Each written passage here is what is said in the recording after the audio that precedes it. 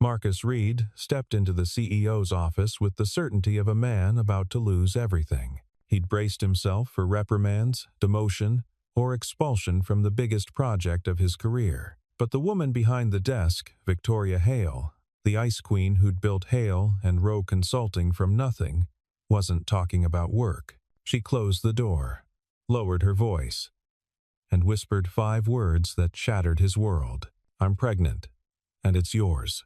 One night. One mistake.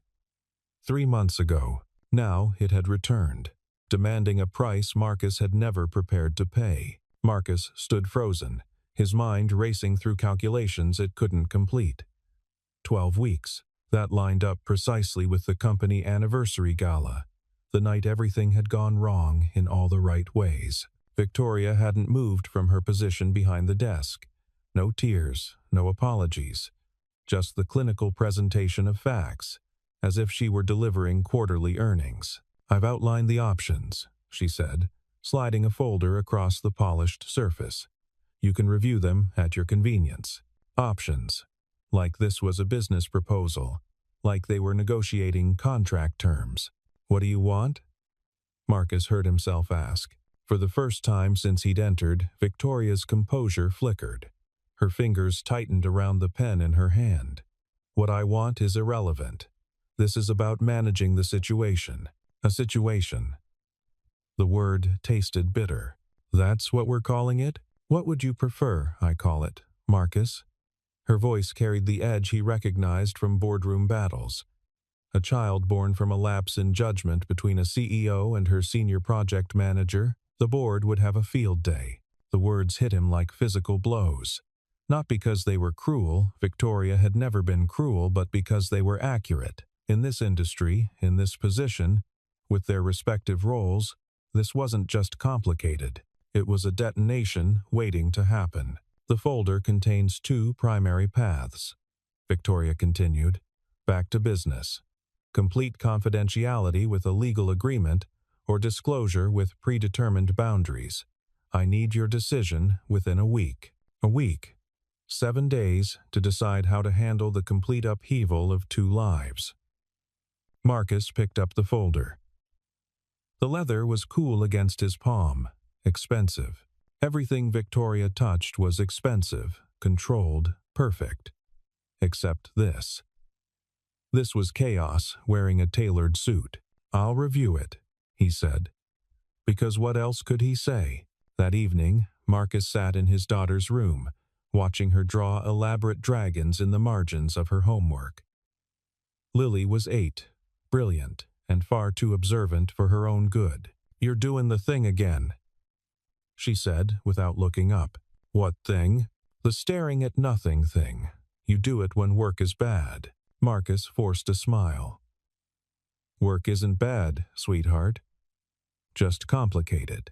Lily finally looked up, her dark eyes, Amanda's eyes, seeing straight through him.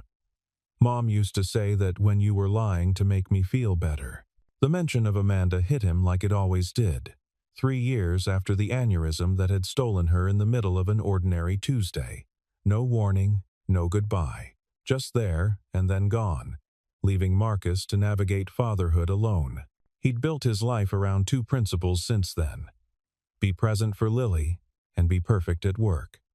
Those 2 pillars had kept him standing when grief threatened to knock him down. Perfection wasn't optional, it was survival. As a black man in a predominantly white firm, Marcus had learned early that mistakes weren't forgiven with the same grace extended to others. He had to be twice as prepared, twice as professional, twice as unimpeachable. And he'd managed it, climbing to senior project manager before 40, until one night when grief and loneliness had made him human instead of perfect. "Dad?" Lily's voice pulled him back. "Are you going to lose your job?" "No," he said, and prayed it wasn't a lie. "I promise." Later, after Lily was asleep, Marcus opened Victoria's folder. The legal language was dense, but the message was clear. Either they maintained absolute secrecy, with Marcus signing away any claim to involvement, or they disclosed the relationship and faced whatever consequences came. Neither option felt like a choice. Marcus kept replaying that night, searching for the moment when everything had shifted. The company gala had been typical corporate pageantry, expensive champagne, forced networking, speeches about quarterly growth. Marcus had planned to make an appearance and leave early. But then he'd seen Victoria on the balcony, alone. He'd worked under her for 3 years and had never seen her look anything less than invincible. But that night, something was different. Her shoulders were curved inward, her usual armor cracked. "I'm interrupting," he'd said, already turning to leave. "Stay." The word had been quiet, almost lost in the city noise below. "Please." They'd talked for hours. Victoria had told him about her mother, who'd passed away 2 weeks earlier. How she'd built Hale and Rowe, partly to prove something to a woman who'd never believed in her. How the victory felt hollow now that there was no one left to prove anything to.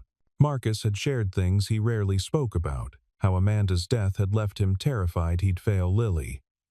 How he sometimes felt like he was playing a role rather than living a life. They'd both been broken that night. 2 people who'd spent years maintaining perfect facades finally admitting they were struggling. And in that shared vulnerability, something had ignited. The next morning, Victoria had been gone before Marcus woke. He'd found a note on hotel stationery. "This didn't happen. We both have too much to lose," he'd agreed. They'd returned to work and never mentioned it. Victoria remained the untouchable CEO, Marcus the reliable project manager. Professional, distant, safe, until 5 words in a closed office shattered that safety forever. Marcus requested a week to review the options. Victoria granted it without emotion, and they returned to their professional roles as if nothing had changed. But something had changed.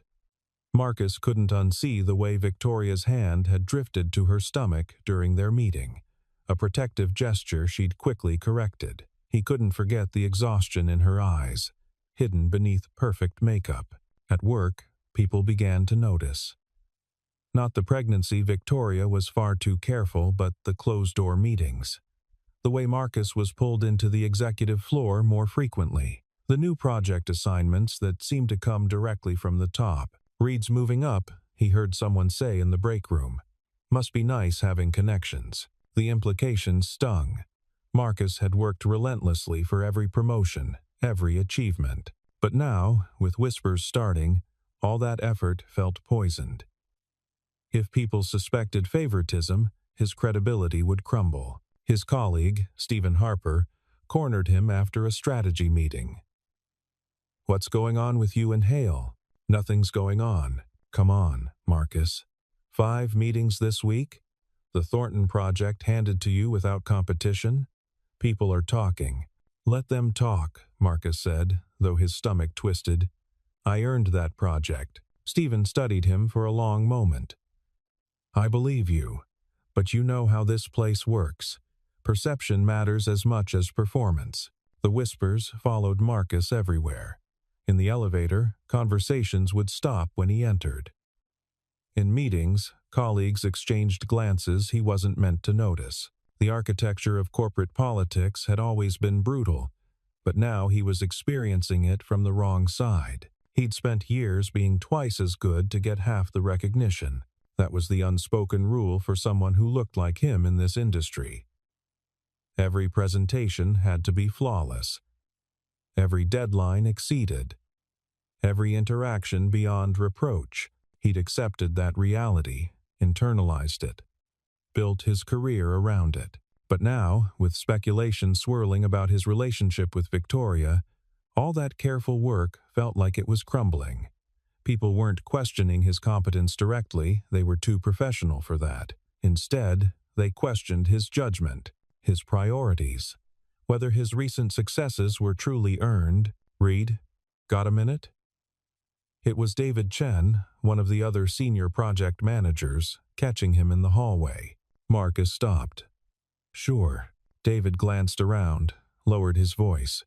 "Look, I'm going to be straight with you. People are talking. About you and Hale. And whether the Thornton project really went to the most qualified person. I earned that project, Marcus said, keeping his tone level despite the anger rising in his chest. I know you did. Your work is solid. But perception matters, man. And right now, the perception is that you've got an inside track. What are you suggesting I do about it? David shrugged. Distance yourself. Make it clear there's nothing going on. Unless. He trailed off, studying Marcus's face.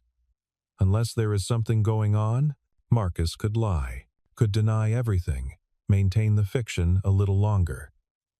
But the weight of secrecy was crushing him, and David's question deserved an honest answer. It's complicated, he said finally. David's expression shifted from curiosity to concern.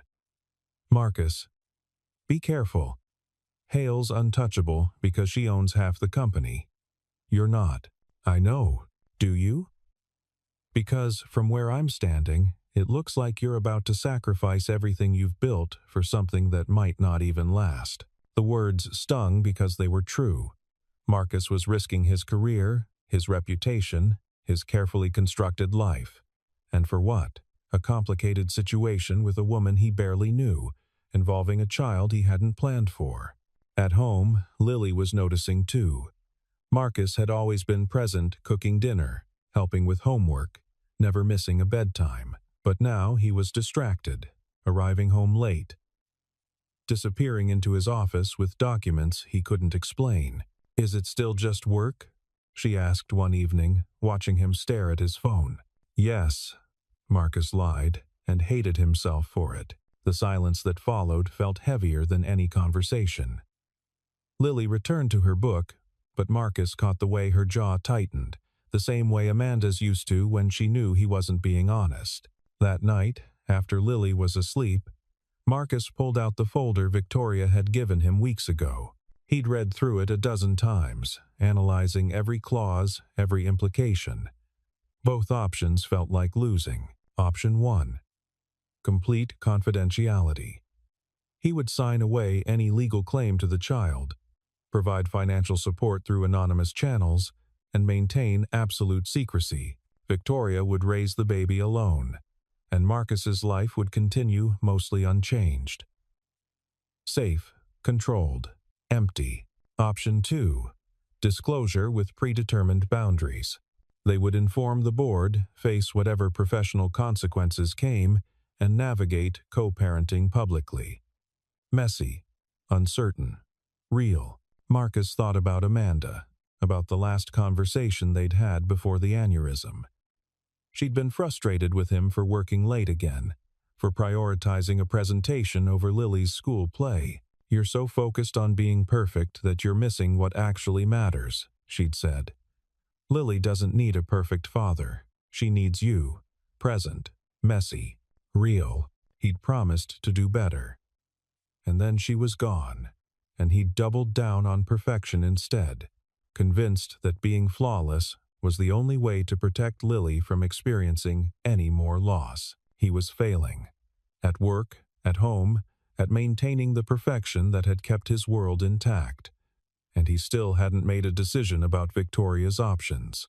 The call from Human Resources came on a Thursday.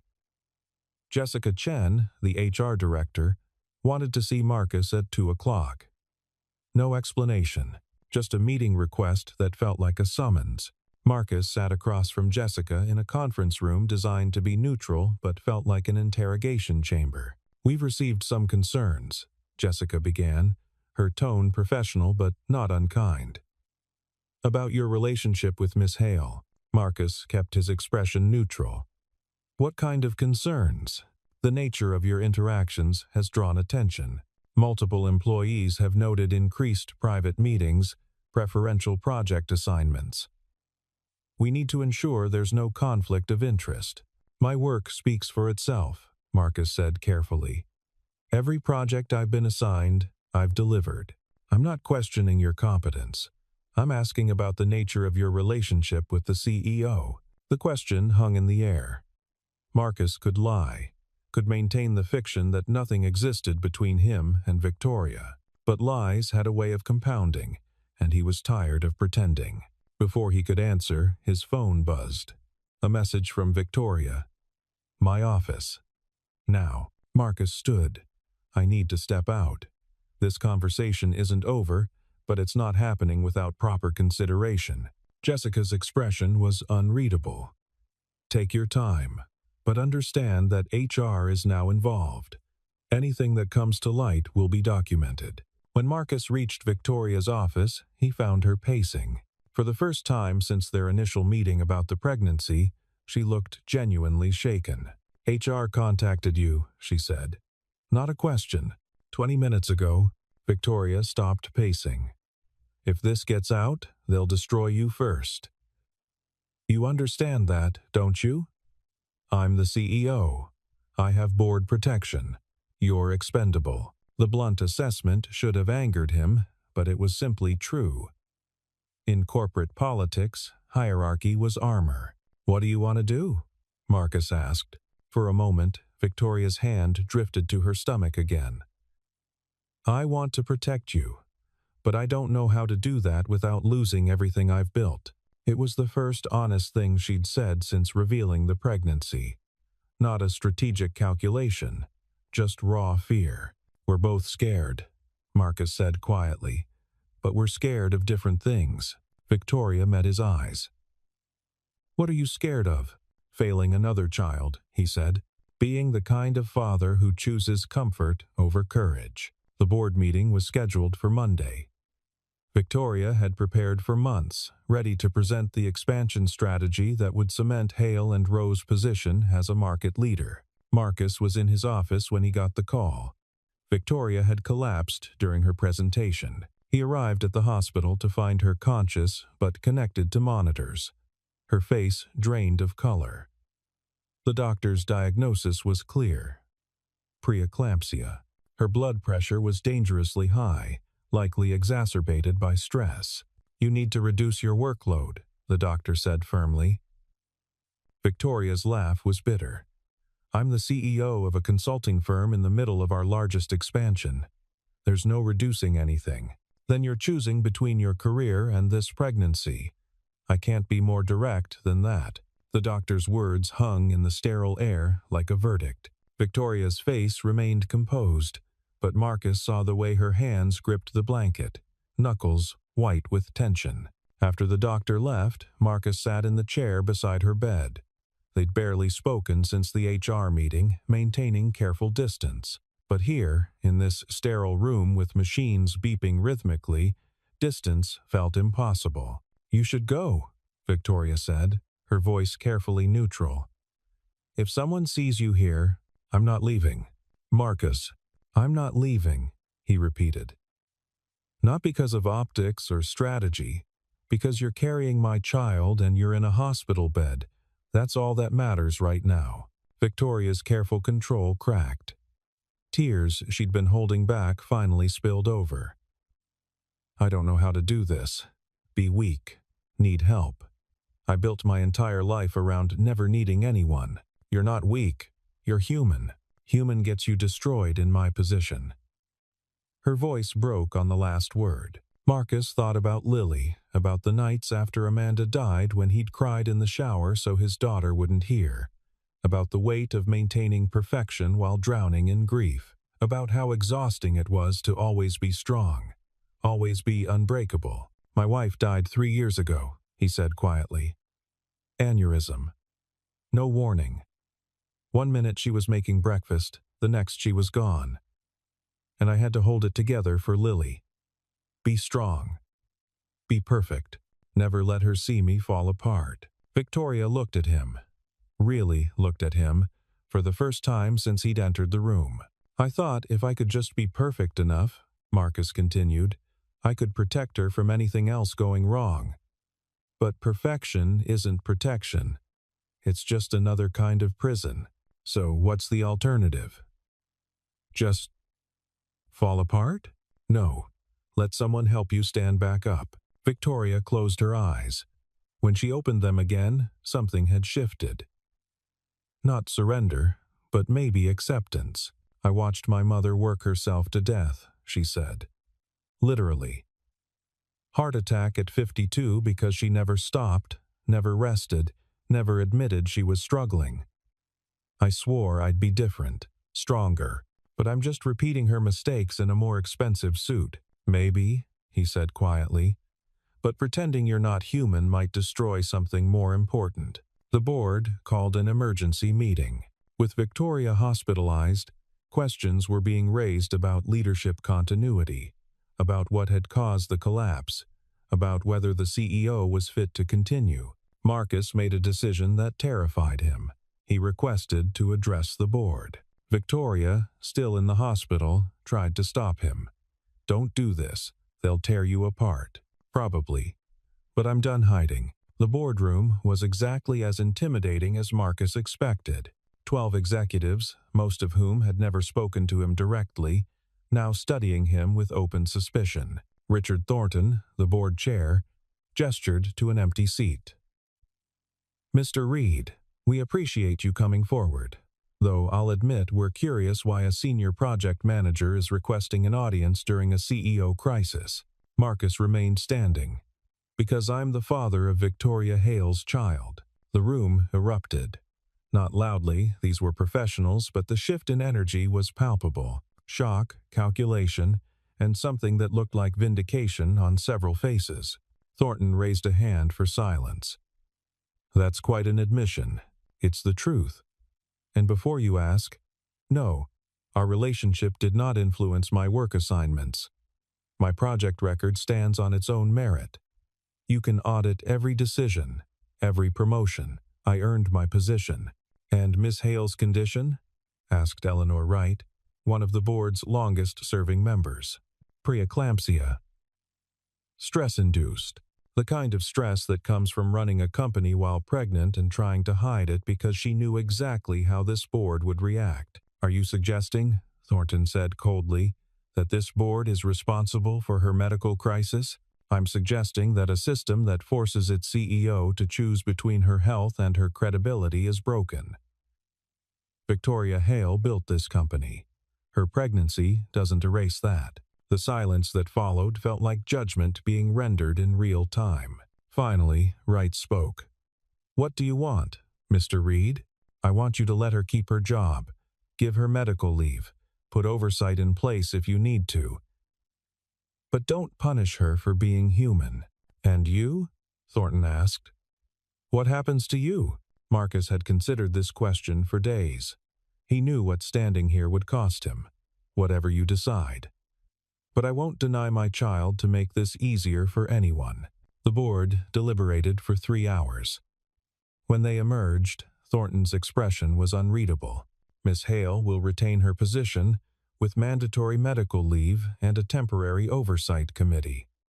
Mr. Reed, you'll be reassigned to a different division to eliminate any appearance of conflict. You'll both face formal review in 6 months."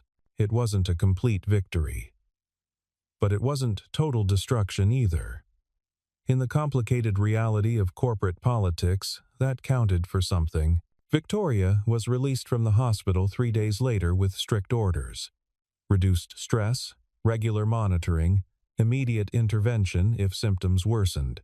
Marcus helped her into his car, navigating the awkward silence that had grown between them. They'd fought together in the boardroom, but hadn't discussed what came next. "I've made a decision," Victoria said as he pulled into traffic. Marcus kept his eyes on the road.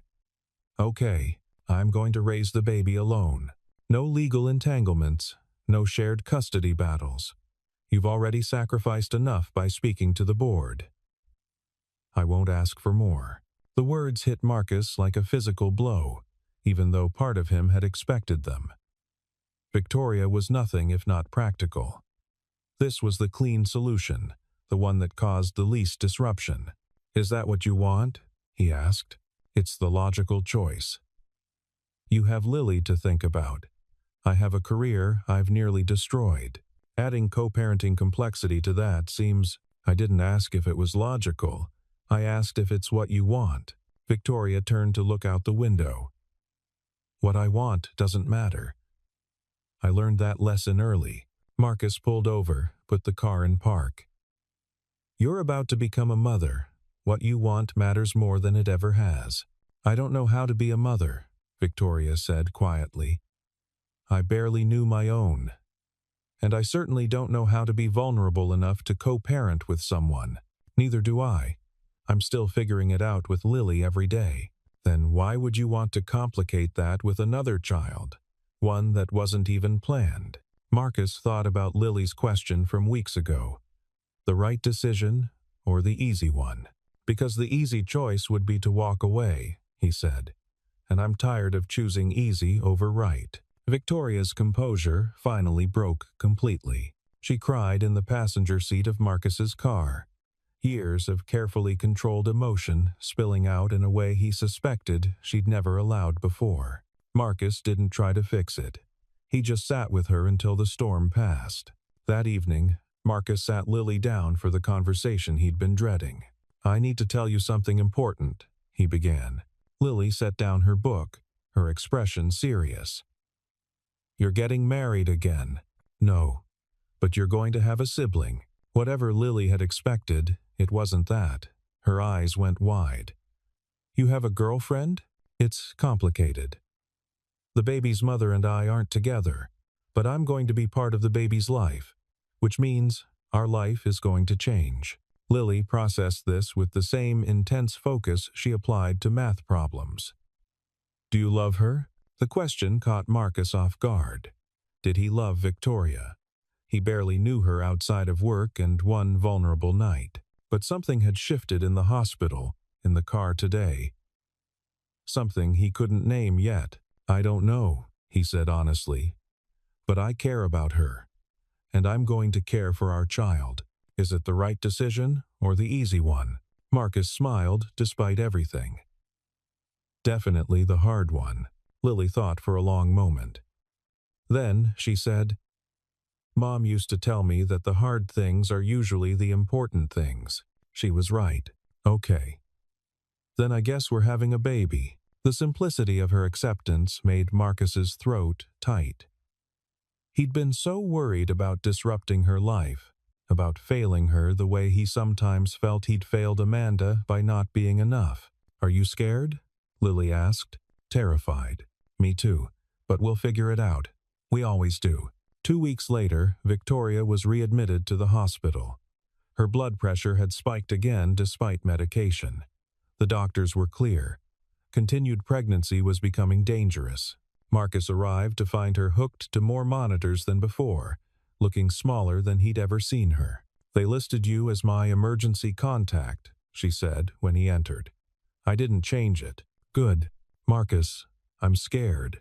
He sat beside her bed, took her hand. I know. I don't know how to do this. Need someone. Depend on someone. Then learn. With me. Why? Victoria's voice broke. Why would you choose this? Choose me? I've given you nothing but complications. Because, Marcus said, I'm choosing the hard thing. And so are you. Whether you realize it or not. Victoria squeezed his hand. For the first time since this all began, it felt like they were on the same side. Grace Elizabeth Reed Hale was born on a Tuesday morning, 6 weeks early but healthy. She weighed 5 pounds, 3 ounces, and had her mother's determined expression from the first moment. Marcus held her in the hospital room while Victoria slept, exhausted from delivery and months of stress. Lily sat beside him, staring at her new sister with a mixture of wonder and careful protectiveness. She's really small, Lily whispered. You were smaller. Did Mom hold me like that? The question made Marcus's chest ache. Every day. She loved you from the first second. Do you think she'd be okay with this? With Grace? Marcus thought about Amanda, about how she'd always pushed him to be brave instead of perfect.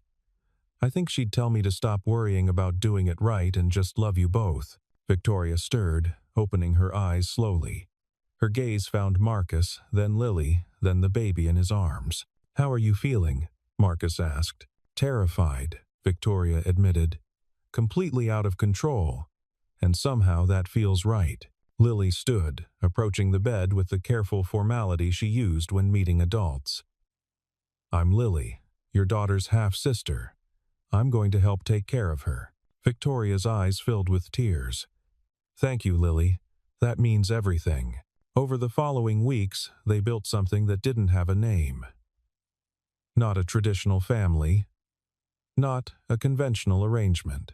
Marcus moved between his apartment and Victoria's house, learning the complicated choreography of co-parenting without cohabiting. They established rhythms and routines, finding their way through the messiness of shared responsibility. Victoria took her medical leave seriously for the first time in her career, working reduced hours and actually prioritizing rest. The oversight committee remained in place, monitoring her decisions, but the board seemed satisfied with her commitment to balance. She'd hired a capable deputy to handle day-to-day operations, something she'd resisted for years. Marcus's reassignment to a different division had been lateral rather than a demotion, and he was slowly rebuilding his professional reputation one project at a time. The whispers hadn't completely stopped, but they'd shifted from speculation to acceptance. Lily adapted with the resilience of children, transforming from only child to protective older sister with surprising grace. She read to Grace every night, convinced that early exposure to chapter books would create a genius. One evening, 3 months after Grace's birth, Marcus and Victoria found themselves alone while Lily was at a friend's house and Grace was sleeping. They sat in Victoria's living room, the silence between them different than it had been months ago, comfortable instead of tense. "I never thanked you," Victoria said. "For what? For standing in front of that board. For staying when I tried to push you away. For choosing the hard thing. You chose it too. Eventually. After you showed me it was possible." Marcus studied her. Over these months, he'd seen Victoria transform from the untouchable CEO to someone who could cry during children's movies and fall asleep mid-sentence from exhaustion. She was more real now, more human. "Where do we go from here?" she asked. "I don't know," Marcus admitted. "I'm still figuring out how to be a father to 2 children, how to rebuild my career, how to navigate whatever this is between us. Is it enough? Not knowing? It has to be. Because the alternative is pretending we have control we don't actually have." Victoria moved closer, her shoulder touching his. "I spent my whole life believing that vulnerability was weakness, that needing someone meant losing power. And now I think maybe power isn't about standing alone. Maybe it's about choosing who you stand with." From the nursery, Grace made a small sound through the monitor. Not crying, just the soft noises of a baby dreaming. "I should check on her," Victoria said, but didn't move. "She's fine," Marcus said. "Let her dream a little longer." They sat together as evening faded to night, 2 people who'd started as a mistake and were slowly, carefully building something that might become a choice. Not perfect, not easy, but real in a way that mattered more than either. Marcus thought about the man who'd walked into Victoria's office months ago, bracing for disaster. That version of himself had believed perfection was survival, that control was safety. He'd been terrified of making mistakes, of showing weakness, of being anything less than flawless. He'd been wrong. Survival wasn't about being perfect. It was about being present, about choosing courage over comfort, even when the outcome was uncertain, about loving people enough to let them see you struggle. Family, he was learning, didn't come from doing everything right. It came from showing up every single day, staying honest, and refusing to walk away when things got hard. Grace stirred again on the monitor. This time, Victoria stood, and Marcus followed her to the nursery. They stood on opposite sides of the crib, watching their daughter sleep. "We're going to make mistakes," Victoria whispered. "Constantly," Marcus agreed. "But we'll make them together?" Marcus reached across the crib, took Victoria's hand. Together. The promise wasn't about forever. It wasn't a guarantee of romance or a traditional happy ending. It was simpler and more profound. The commitment to stay, to try, to choose the hard thing over and over again. Grace opened her eyes, focusing on both of them with the serious, steady, unwavering expression she'd inherited from her mother. And for the first time since that day in the office, Marcus felt hope. Not because everything was perfect, but because they'd finally stopped trying to be perfect.